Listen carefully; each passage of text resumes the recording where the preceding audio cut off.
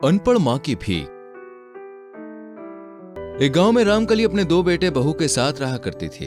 रामकली के पति के हार्ट अटैक के कारण मृत्यु हो गई थी, जिसके बाद से ही रामकली ने अकेले ही अपना पूरा घर संभाला और अपने बच्चों को इस काबिल बनाया कि वो जीवन में कुछ बेहतर कर सके। एक दिन की बात है। अजी, अब तो हमारी शादी हो गई है। जिस घर में 4 बर्तन होते हैं वहाँ खिटर पिटर बहुत होती है। और आपको तो पता है मैं कितनी सभ्य परिवार से ताल्लुक रखती हूँ। मुझे शांत माहौल पसंद है। क्यों, क्या हुआ? किसी ने कुछ कहा क्या? नहीं जी, मैं तो इसलिए कह रही हूँ, हर महीने आपकी सैलरी की आधी कमाई तो घर खर्च में चली जाती है। बची आधी में कहाँ हमारे शौक पूरे होते हैं। ऊपर से 2 कमरे का घर, कुछ बोलो तो बगल वाले कमरे में आवाज जाती है। मुझे नहीं अच्छा लगता कि हमारी बात कोई तीसरा सुने। हाँ, बात तो तुम्हारी सही है, पर जान कुछ दिन एडजस्ट कर लो, फिर हम नया घर ले लेंगे, सब वहाँ शिफ्ट हो जाएंगे। सब नहीं, बस हम दोनों। मैं किसी तीसरे का इंटरफेयर नहीं चाहती। वहीं बगल के कमरे में देवरानी सनम सारी बातें सुन लेती है और वो भी अपने पति से अलग रहने की जिद करने लगती है। लेकिन दोनों के पति की इतनी कमाई नहीं थी कि वो अभी नया घर ले सके। वहीं जब दोनों किचन में काम कर रही होती हैं। जी, मैंने सब सुना कि आप अलग रहने की प्लानिंग कर रही हैं। तो क्या करूं? उस बुढ़िया की सेवा मुझसे और नहीं होती। सारा दिन बस हाथ पैर दबाने में जाता है उनका। ऊपर से कभी बादाम पीस कर पिलाओ तो कभी केसर का दूध। इतने महंगे महंगे शौक हैं बुढ़िया के। बात तो आपकी 1000% सच है। मुझे भी ये चीज बिल्कुल पसंद नहीं। हमारे पतियों की आधी कमाई तो इस बुढ़िया के शौक पर ही खर्च हो जाती है। तो क्या किया जाए? हम अगर अपने पतियों को माँ जी के खिलाफ कुछ बोले तो वो एक शब्द नहीं सुनेंगे। कोई बात नहीं, मेरे पास एक आइडिया है। अब तक जो बहुएं सास की जी हजूरी में लगी रहती थी, अब दोनों बहुएं अपने पतियों के काम पर जाने के बाद अपनी सास से घर का सारा काम करवाती है और रूखी सूखी खाने को देती है। कुछ दिनों तक ऐसा ही चलता रहता है। फिर एक दिन, ये लो माँ जी, सारे कपड़े धुलकर चमका दो। थोड़े भी दाग धब्बे नहीं रहने चाहिए। सोहम जी के ऑफिस के कपड़े हैं। बहू, अब इस उम्र में मुझसे इतना काम नहीं होता। कमर दर्द से ज्यादा देर तक बैठा नहीं जाता। तो क्या अब तुम्हारे रहते हुए हम काम करें? शादी के समय तो बड़ा बेटी बनाकर लाई थी, तो अब माँ बन के काम में मदद करो बेटी की। टांग पसार के पड़ी रहती हो बस। और नहीं तो क्या, ये लो, ये मेरे पति के कपड़े और मेरी साड़ी भी है, इसे भी धुल देना। इसके बाद बर्तन भी धुलने के लिए पड़े हैं। बेचारी सास रोते रोते सारा काम करती है। वहीं शाम को जब दोनों के पति घर आते हैं। माँ कहाँ गई सनम? वो तो अपने कमरे में आराम कर रही हैं। आप जाओ, फ्रेश हो लो। हे राम, मेरी कमर टूट गई काम करते हुए। मेरा भी कुछ यही हाल है। कितना सारा काम होता है घर में, ऊपर से माँ जी काम में काम लगाए रहती हैं। अरे क्या हुआ तुम दोनों को? कुछ नहीं जी, माँ है, अब बुढ़िया हो गई हैं, खुद काम नहीं कर सकती तो बोलेंगी ना काम को। भले ही 5 काम की जगह 50 काम करवाएं। वो तो ठीक है, लेकिन माँ छोटे मोटे काम खुद भी तो कर सकती है ना। इस तरह अब दोनों देवरानी जेठानी अपनी सास के खिलाफ पतियों के मन में खूब जहर घोल देती है। अब समय आ गया है असली गेम खेलने का। माँ जी, ये हॉस्पिटल के पेपर है, इस पे साइन कर दो। आपके लिए अपॉइंटमेंट ली हुई है। आपकी तबीयत ठीक नहीं रहती है ना? हाँ माँ जी, और हम दोनों को माफ कर दीजिए। हमसे बहुत बड़ी गलती हो गई है। कोई बात नहीं बहू, लाओ, कहाँ साइन करना है। जल्दी से हॉस्पिटल ले चल बहू, बहुत दर्द रहता है शरीर में।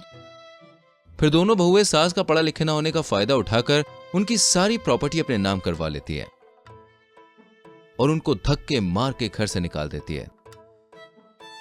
अब बेचारी रामकली सड़कों पर इधर उधर की ठोकरें खाते हुए भटकने लगती है। आखिर क्या होगा आगे?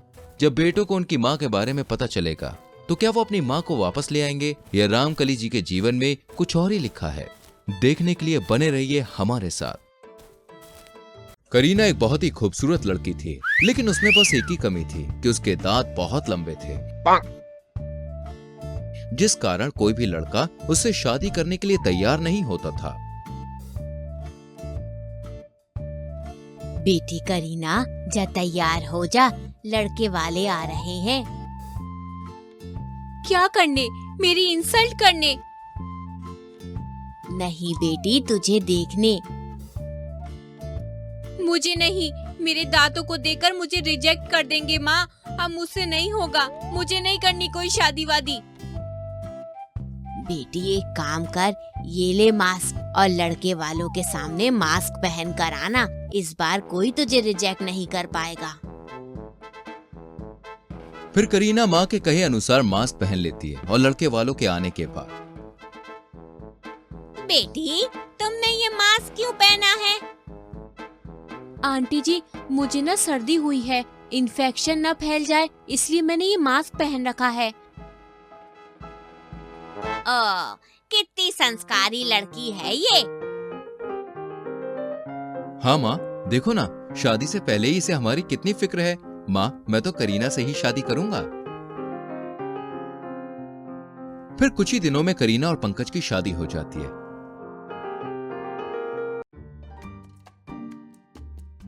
डार्लिंग, अब तो मास्क हटा दो यार, कब तक यूं ही मुंह पर तुम पर्दा लगाए बैठी रहोगी? तभी करीना अपना मास्क हटा देती है। वहीं पंकज करीना की शक्ल देखकर बिल्कुल हैरान रह जाता है।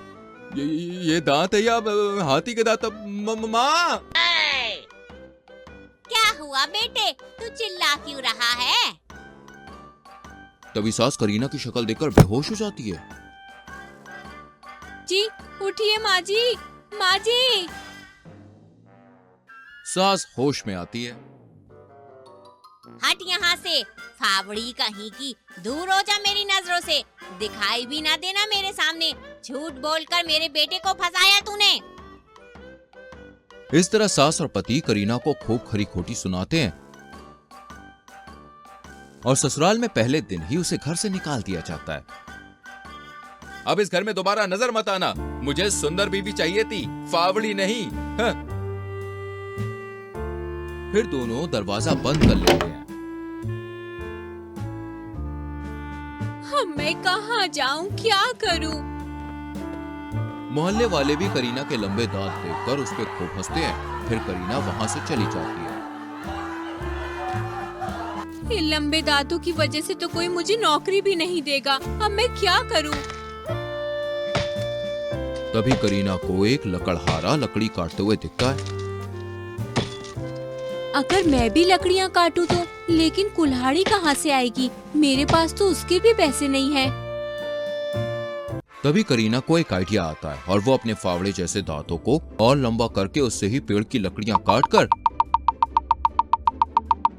उसे बेचने लग जाती है। वहीं लकड़ियां काट काट के बेचने से उसे अच्छे खासे पैसे मिल जाते हैं और वो इन पैसों से धीरे धीरे बड़ा घर, गाड़ी सब कुछ ले लेती है और अमीरों वाली जिंदगी जीने लगती है। वहीं करीना के ससुराल में अचानक से उसकी सास की तबीयत खराब हो जाती है, जिस कारण पंकज को पूरी प्रॉपर्टी बेचनी पड़ती है और वो गरीब हो जाते हैं। अब मैं माँ के इलाज के लिए क्या करूं? कहां से पैसे लाऊं? सारे पैसे खत्म हो गए हैं, माँ भी ठीक नहीं हुई है। फिर पंकज गली गली घूमकर भीख मांगने लगता है। यहाँ के लोग देखकर मेरा बहुत मजाक उड़ाते हैं, क्यों ना मैं दूसरी जगह जाकर भीख मांगूं।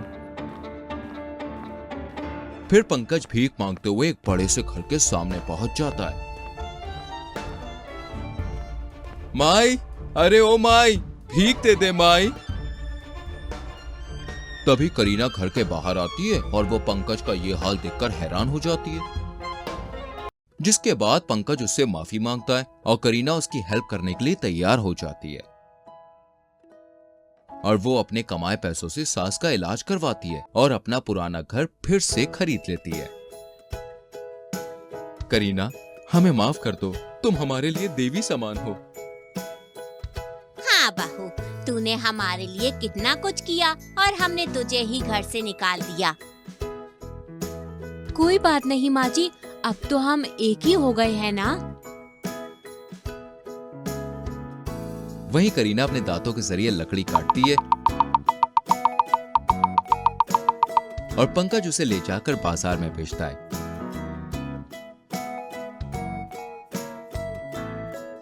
जिससे वो बहुत पैसे कमाते हैं और हंसी खुशी रहते हैं।